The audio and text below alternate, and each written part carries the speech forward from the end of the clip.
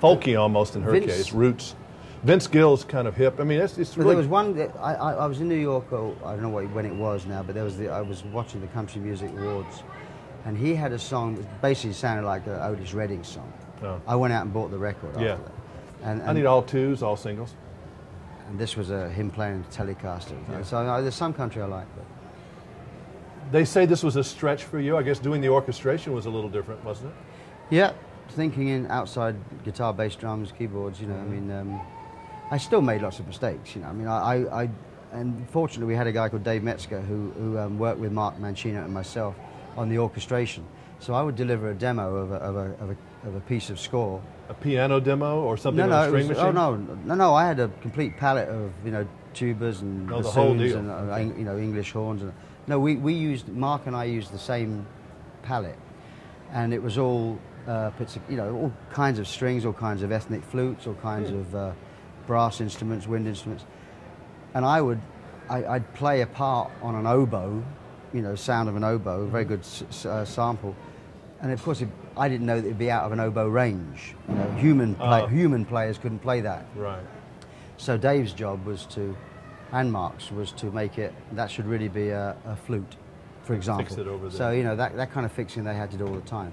The music business is a little crazy these days. What's your whole take on this downloading thing? You think suing the customer is the way to go?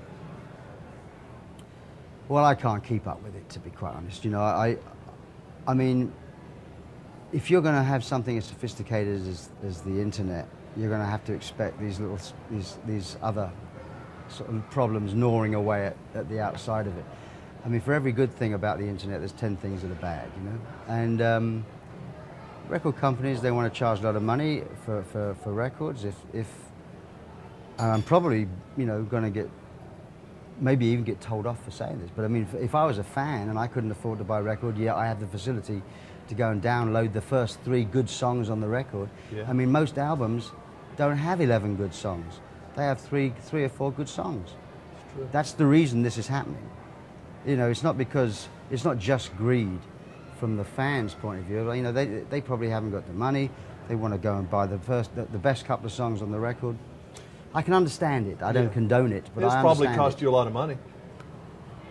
Personally. Yeah, well, I mean, there's a double-edged sword, I think, because with someone like me, I got enough money.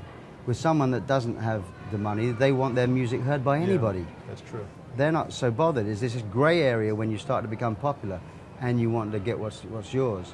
Then most struggling artists were just like any audience. Is it going to be strange when we come now, which we may do within a year, have 2 major record companies and that's all? Yeah, well, it's the world is owned by 2 corporations syndrome. I mean, it's Noam Chomsky. Is that bad for the musician, for the young Phil Collins coming up? Well, I guess isn't it going to be 2 major owners with a lot of little somewhere with all these subsidiaries, which there will always be the different labels, because in the same way as marketing in a supermarket, there's, I buy this. Procter & Gamble owns everything, so it's kind of the same thing. But I mean, it is.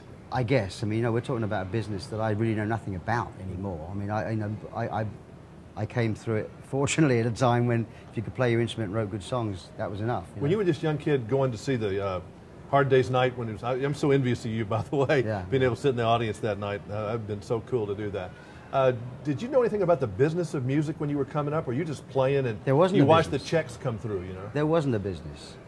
There was no business. I mean. I remember Ray Davis, the Kinks, once saying at a sort of a songwriting awards that he used to wait every 3 months for this check to come through from the writing people, the PRS, the ASCAP people, BMI, that would actually be the check that actually came to the writer. Didn't go anywhere else. Just came mailbox. And that was the reality of it. I mean, that was that was the business as far as I was concerned.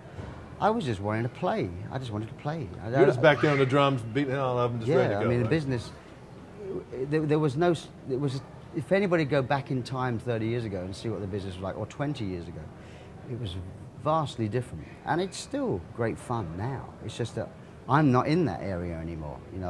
This is all sort of starting to happen as I've reached my 50s and I'm doing something else. I'm now doing this, Disney films, or writing a musical of Tarzan, or just quietly writing my own music at home and seeing if anybody's interested. You know. You ever see Shania over there in Switzerland? Does she keep to herself? She lives. In a little castle. Yeah, well, she lives about 15,